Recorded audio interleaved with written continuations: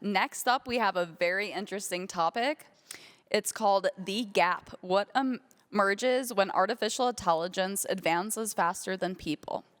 Let's give a warm round of applause to Caio Anderson Almeida as we welcome him up to the stage.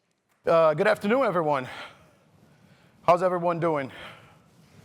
It's been a long road. We came from Florida, passed through Atlanta, Chicago. We're on our way to the Silicon Valley, all the way to Seattle, to then go back to Brazil, where we are developing a couple of big projects. I would like to engage you guys a little bit, because we're here to have a conversation where we can all contribute to each other in this road of technological advancement. Who is here just a general consumer, or who is here just building something for somebody to consume? All right, anybody just a general consumer? You just consume technology, right? So I didn't see a lot of that represented in here. But when we're building what we're building to who? We're building to these people that consume, right? The consumers. Now, what is the main strategy? What is the main strategy for any modern business today to navigate? It's to understand customer behavior, right? It's not sales, it's not the product itself, it's not the tech itself, unless you understand the customer behavior. If you understand the customer behavior, you can then give the customer what they want at the time that they want. But if you don't understand the behavior, what they consume, when they consume, what they want, you might be talking or building something for somebody that no longer exists. Then we know the history of all the companies that died on the way, right? Kodak, that thought that just keeping the film on their camera was the way to go, because everybody wanted to carry a photo. And when people were actually wanted to share a photo, and digitizing that photo was where the consumer behavior was going. The capacity to read that behavior, anticipate that, and then deliver what that new behavior that was established to that customer is the secret. And we see a few companies doing that, but I talked to a lot of people here during the 3 days we've been here. And we came from at least 15 boardrooms on the last 20 days. And we have worked and consulted for 3 big military projects, where we had, for one single project, 165 meetings with 75 different personnel in different levels. When we do that and we start reading what exactly is happening in the boardrooms. But the gap that I'm seeing is what's happening in the boardrooms is not reflecting on what the consumer behavior shift is right now. And then I see everybody running after the tech, everybody running after what's the next shiny object we can deliver to the consumer. And I see most of the consulting that we do, people building the stuff for consumers that no longer exist. So have you thought about that for a second? I'm going to do something here, okay? God help me and don't make me fall off the stage. But I'm going to put this chair right here. And it's just a symbolism, right? Because we are all building something and we're forgetting that right there next to us, there is the person we are building this stuff for, right? So who are they? Well, I know we all know marketing research, we do all of that, right? Everything changed. We know that the way we analyze market data, market sentiment, and all of that, it has completely changed. Now, are we efficient enough, or we're just ChatGPT in the question of who wants my product, right? And I see a lot of tech people, and a lot of entrepreneurs, and a lot of engineers focused on what shiny object I should put in, but is it shiny enough for who I'm building for? Does it add any kind of value? There is a crazy amount of skepticism and skepticism towards AI from the general consumer. Are you thinking about that? Is anybody putting that into the equation as you build something? The adoption of your product does not represent the amount of shiny functionalities and objects that you put it in, but how shiny it is for the people that are putting their attention to it. For 100 years, we have been trained people to be and to replace machines, to put people to be the spreadsheet, the algorithm, the production line, and trained people to fill that gap. Now the gap is completely different now. Now, do we understand that? Is it even in the equation? So then when AI comes, it just goes across the entire world as, I don't want this. I don't want that synthetic stuff. Was that done with AI? So I was in film and television for years and years and years. What I'm seeing happening now is all the companies are shifting and hiring. Just now, NFL, all right, they fired 1,000 video editors, and they created autonomous agents that can capture the scene, capture the play, and process that and have it on their social media channel in seconds without the intervention or any videographer, any editor. So then they started rehiring some of them because the connection to what the humans are really looking for, it started getting very synthetic. But how is that happen? If the same moment that is being captured by a human being and edited is the same way being cutted by an autonomous agent. So somehow, the way the very mathematical, meticulously produced material that's put in carries with it that synthetic warmth and feel in it. And people somehow develop a way to detect it. And the numbers shows something completely different. But the research showed that that's the direction that they needed to go. Now, have you stopped to analyze your market research? Have you looked at the consumer along the way, during the entire process, staying focused and understanding without your emotional contamination on that process, right? Have you looked at it and understood that it has shifted? There is a gap that happened right now. And then what's happening with people is understanding this. I was not built to be a machine or to do machine work. Now is the time for me to put the machine where the machine belongs, which is to do repetitive work so I can do what humans are supposed to do, which is to solve problems. So they are focused in that they have to be architects of solutions for problems that were created by tech to begin with.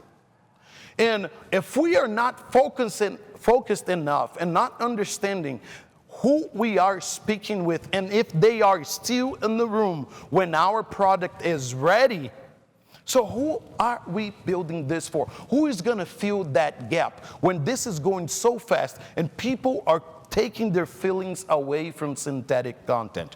So as all you know, Meta has been driving away traffic from content that is fully AI built or driven. So they are favoring more organic content because somehow people have a direct connection to it. I would love to hear from you guys. Is this where you at right now? Is it your vision? Are you changing the way you do your market research and understand the consumer behavior along the way? We spoke this week with a lot of people that we sat on the table, especially engineers, we were talking about two things. Two things were very important because that's what came from the military projects and the government projects that we're working with. And then the question always comes in, and where is Apple in this whole thing? Oh no, Apple is late to AI. Absolutely, it's obvious because everybody is just throwing their models and they're creating their products around those models. So I'm not here to praise Apple. I'm analyzing the framework. Okay, I need you to understand that. And any good framework needs to be praised, and that's about it. So when you all know this story. So when they came up with the MP3 players, they were not the first, right? Then they dominated the market. They were not the first smartphone. Nokia and BlackBerry dominated almost 80% of the market back then, right? Then they dominated the market.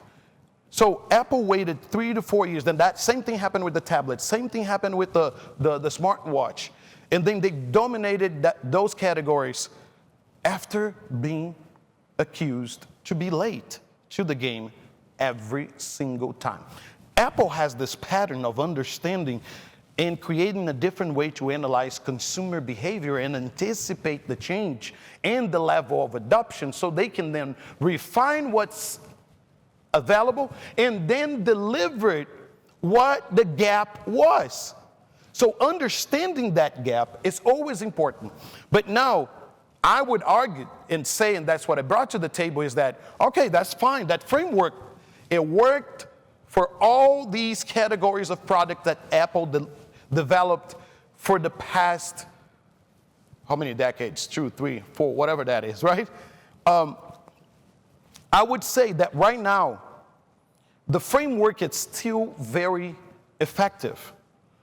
But the time that it takes for you to analyze the behavior, the tendency of change under the behavior, the shift, and how long it takes for that shift to take place, it has shortened dramatically, right? So in Silicon Valley, they say it's 6 to 8 months. It goes, because now Moore's law means nothing, right? So in 6 to 8 months, if you have a market research that analyzes and gives a result of what is the consumer behavior for that product, it no longer applies when the product is completed. So how do we deal with that? So then Apple, I think, changed completely the game that they're on. So they went from the software to the hardware game, and they're playing the hardware game to give people the ability to have their own model and install on their own machine. But they're not going to provide the model, right? So I think the next shift will be iPhone will become a hub for all the LLMs available out there, where you're going to be able to tap in whatever LLM you want to power Siri. So anybody heard about that yet? Anybody heard about that yet? Probably not. But that is talking to engineers, being on the table and discussing about it, that's the direction we feel it's going. So now they will supply the hardware and they let the consumer choose whatever LLM they want. But then there's a huge shift on the adoption of LLMs, because now all of a sudden consumers are okay with downloading LLMs locally on their computers and running locally and not paying API calls from cloud service. And then everybody stops and says, whoa, hold on. How about security? They don't care. That's the truth. They say they care, but they don't. When it comes to the fact that they have the practicality of having something installed on their machine, the consumer behavior determines that if I have control, I'm willing to give some of my security away so I can have full control of it and still not pay for anything. You understand what I'm saying? So I'm Brazilian. In Brazil, we say that there is a device called a thinkometer. Okay, that word doesn't exist It's made up, but that's how we say it in Brazil. A thinkometer is when you measure things by the way you think. I think it should be round. I think it should be blue. I think people are adopting because they like to have a computer and they want to buy a Mac Mini, right? So if you take the thinkometer out of the way, and then you start looking at the numbers and the shift and the level of adoption and how that is going, how fast that is growing. If you ignore that, you might be ignoring the same way Blockbuster ignored the shift to streaming. The same way Xerox ignored the shift to personal computer. The same way Kodak ignored the shift from the film to the digital picture. Are you with me? I know it's only two of us here. But listen, I'm more like a conversational person, okay? Then I'm not here to teach you. I'm here to tell you what I have experienced on this journey. There is a gap. Now, do you understand what that gap is? Oh yeah, we all sit on the table and we talk about the 80,000 layoffs on the last just on this quarter alone in tech, right? We're all discussing the 30,000 people that Oracle, the layoff of the 30,000 people from Oracle, right? But we're not understanding that what is the sentiment of that consumer right here? How do they see that? They're getting more and more and more skeptical about adopting technology the way we are delivering. But here we are, beautiful. We are founders. We're tech people. We create a solution for you. I have an app that's going to change your life. There's an app for everything. And this app, if you use it, ignore everything else because this is going to be great, obviously, because it has our filling in it as well, right? And are you looking at the shift? Are you looking at the numbers? Are you still looking at the business plan on the table that Airbnb brought in and said, well, let's go ahead and have people rent their own rooms in their own house to bring a stranger, and everybody just pushed that away saying that you're out of your mind because nobody's going to do that, right? Or Uber, when the business plan was on the table, and then the business plan and the business model was, we're going to get a ride with a stranger. We're going to pay for it, and that's the model. And they push it under the table because nobody believed it. But there was someone looking at that chair right there and seeing the shift, anticipating the shift. What was not okay, what was not normal, now is. Now is okay for me to load up a very slow, small, compact LLM from the cloud. I don't care if it's a Chinese model or an American model from Silicon Valley. People don't even know how to explain.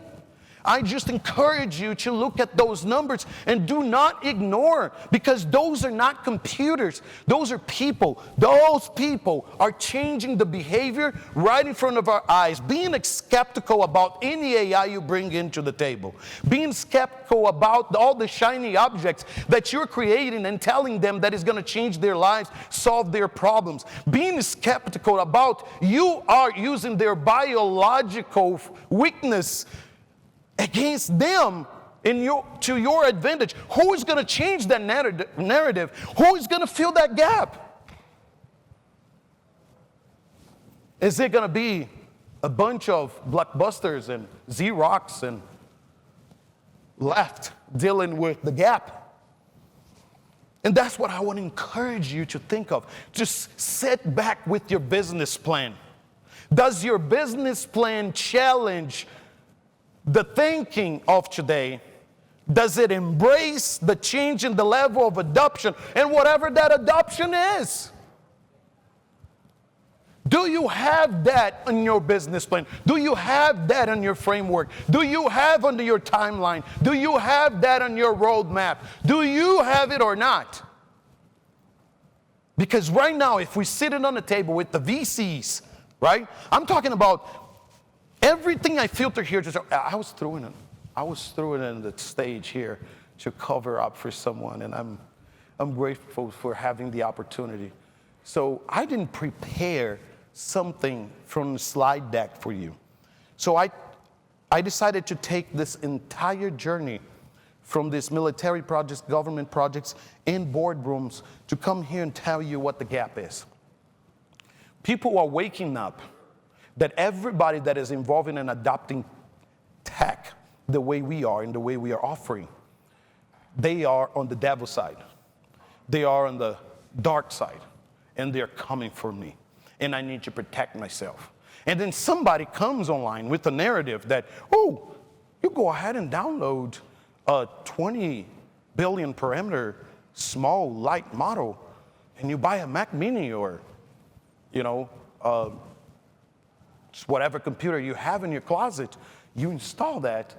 And here's the beauty of it. If you unplug from the internet, you can still talk to your LLM, and you can still get the benefits of AI. It doesn't matter if it works. It doesn't matter if it's good enough. It doesn't matter if it's slow or it's not enough reasoning to solve problems. People are adopting because it hit the spot.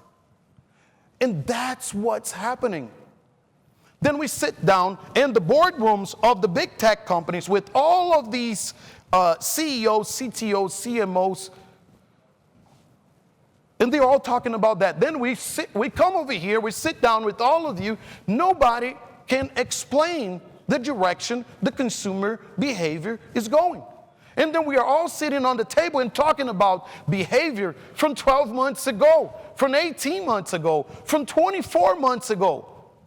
So is that a blockbuster mentality that we are developing our product and base that on? I need you to think about that. Am I being a little harsh? Well, welcome to a really, really, really harsh reality. I'm bringing what is happening over there. We come to the table, we talk to everybody. We need to adopt that. We need to implement that system. And they do this. They go ahead and take the consumer out of the room so they can talk about their strategy on how they can exploit the vulnerability of their use and their habits. So when that happens, and you focus on that, and you are part of it, and you're not creating the solution to understand that gap and fill that gap, who is going to fill that void? So there's a lot of gurus. There's a lot of people out there that is creating enough noise, that is creating enough buzz for people to pay attention to and start changing their behavior towards something makes no technical sense, and you're coming to the room to make sense of your tech. You need to make sense of the person you're building that tech for so you can build it around their needs, but not the needs of yesterday and not the needs of today, the needs of tomorrow when I have an LLM installed on my personal computer. I don't care if it's a Mac Mini, if it's a whatever it is, BlackBerry Pi, right? Is that BlackBerry Pi? Is that the $10 little machine? That's it, right? BlackBerry Pi, that's what they call. So there are people installing these little tiny models in these $10, $15 computers, and they think that their life have changed. And no other big tech are hitting that spot the way these people are. Now, why am I saying that? Because when the numbers come back, there's a lot of people still ignoring that number. The number is too large, it's too big for you to ignore and keep building towards the boardroom and not towards the people. And filling that gap and changing the narrative that, listen, we're on your side. We're on the side of humanity. We want to bring humanity back to all that you do. And this is a wake-up call. Okay, we got to stop dreaming with the 18-month ago customer. They know they're not in the room anymore. They're not listening anymore. So I was talking to the group yesterday about, and that's the reason why I decided to write this book, not with any kind of technical explanation first, but with the framework that I've seen everywhere in every boardroom. Just let me give you an example. We were in Brazil developing the first urgent care facility fully automated with AI workflows. In Brazil, some of these urgent care facilities, you could take up to 5 to 8 hours in line to get your spot to do a regular blood work. And to be seen by a doctor through 3, 4, 5, 6 hours. So we mapped everything.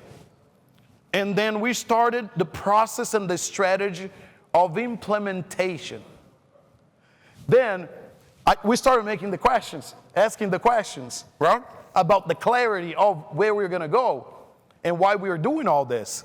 Then the city we were building this for had 300,000 people in that town. Then their health system had 975,000 profiles. Very simple problem, right? Duplicated profiles, whatever that is. So, but we don't want to touch that. What we want to do, we want to automate the workflows so these workflows can eliminate the lines. So if you bring AI and automation into the room before you bring clarity and the strategy in, you're amplifying the mess that you have. The mass of your database, the mass of your CRM, the mass of your context, engineering system and workflows and roadmaps, whatever you got. So how much clarity is in your workflow right now? How much clarity is on where you want to go, exactly where you are, and what steps you need to take to get there? If you don't have that level of clarity and you bring AI into the room, and that's what we're teaching everybody. That's what people are doing, right? And they are adopting tools. Now they are understanding that what they need to be is architects of solutions for problems. And that's what the big tech companies are looking for. They're looking for orchestrators. When we build our autonomous agents and the AI agents with the sub-agents, we always have to have what? An orchestrator on the top. And we always use what? The highest reasoning level model. So everybody here, all right, say you do Opus 4.6 for your top one, and you do your Haiku for the sub-agents, or you do a local model. In this case, we do a lot of Gemma, right, for the sub-agents, so they can process. So when you organize that way, and you have these agents automating the clarity you bring in, it gives you superpower. But when you bring the chaos and the confusion of your strategy, it will scale that exponentially. So I want to finish this. And this is what I want you to take from this conversation, which is not the clarity about your strategy only, is that are you really keeping the main subject of your strategy in the room? So you can always look back at it and reevaluate the level of their adoption for whatever you're building and whatever you're providing. Because you might get to the end of the week and analyze numbers and find out that whatever you bring into the table is no longer relevant for what they're looking for. And unless there is clarity for you to face that, you're just bringing the tool into the room to amplify a message that's going to talk to no one because they're no longer there. I would love to answer questions. If you don't have them, fine. Great. Very good, very good. You did such a great job, number one. Thank you. And number two, all right, so the race for AGI, okay? Correct. We know as I'm almost gonna ask, what is your prediction for Apple waiting in all this? Like you're saying is, they wait for that strategy to see where it's gonna be shifted. And there's a part of me that's like, whoever wins this AGI race, of course, it's like the 4-minute mile, right? Once somebody figured it out, everybody did it. Like, it's Right. just, it's out there in the ether. It's a conscious collective energy, right? Mm-hmm. And so I almost feel like when the race is won, of course, or at least gets started, because that's the beginning, it'll figure itself out to create more products, more services, more whatever. And that company that holds that is going to create all the little sub facets. Is that what you think Apple is waiting to do? Like to jump in when the 4-minute mile and so on, or what are your thoughts?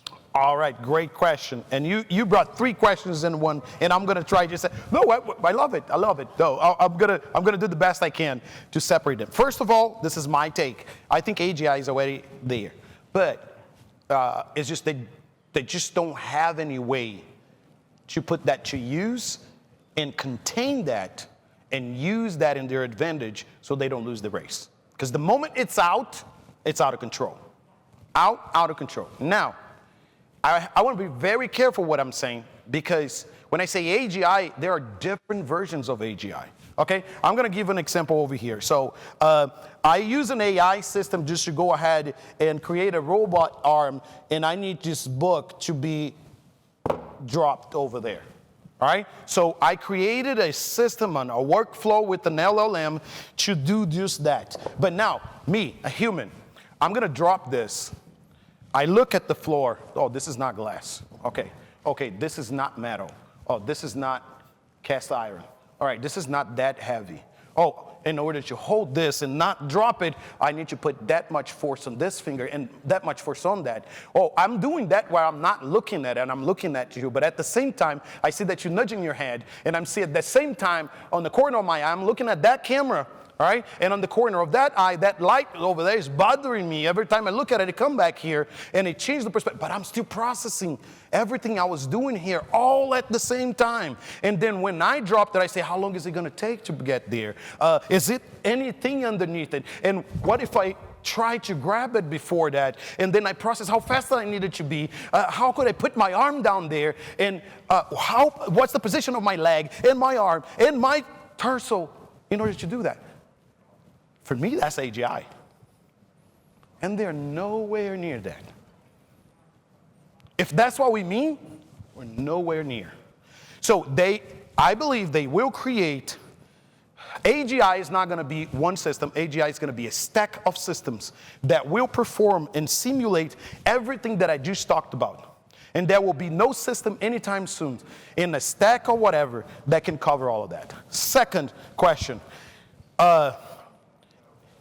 Apple is running the hardware race to provide to the general consumer what NVIDIA was able to do for the data centers. Okay? So now, when I feel that it's okay for me to download a local LLM into my computer, I look to what? To a Mac Mini that sold out in the last few days in most parts of the country. Because people are looking at it. Just research that. And everybody's saying that Apple is behind. Apple is $14 billion surplus on the first quarter. All the Mac Minis, people feel the M5 chip, because of their unified memory, is perfect to run those models. I can run a data center in my house with a stack of Mac computers, and I can run an entire organization. We just did that for a government institution. So you take the Mac Studios that have 500 and 12 gigabytes of RAM, and then you stack 3 or 4 of them, you have a data center that has infinite possibilities. So Apple is coming to serve that. They don't care about the software and the cloud race, because they're watching that demand to become permanent, and then they're there to serve.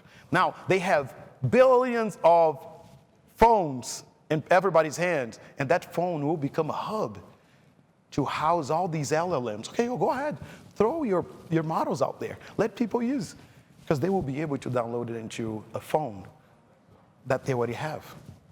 And that will add more value to the phone. I hope that answered your question. Did I miss anything? All right, very good, very good. Now, there's more to that. We can talk to that. You can get my contact, and we can talk about it. And that means it's done, right? That means, yes, you got to go, or I'm going to cut you off. So thank you very much, everyone.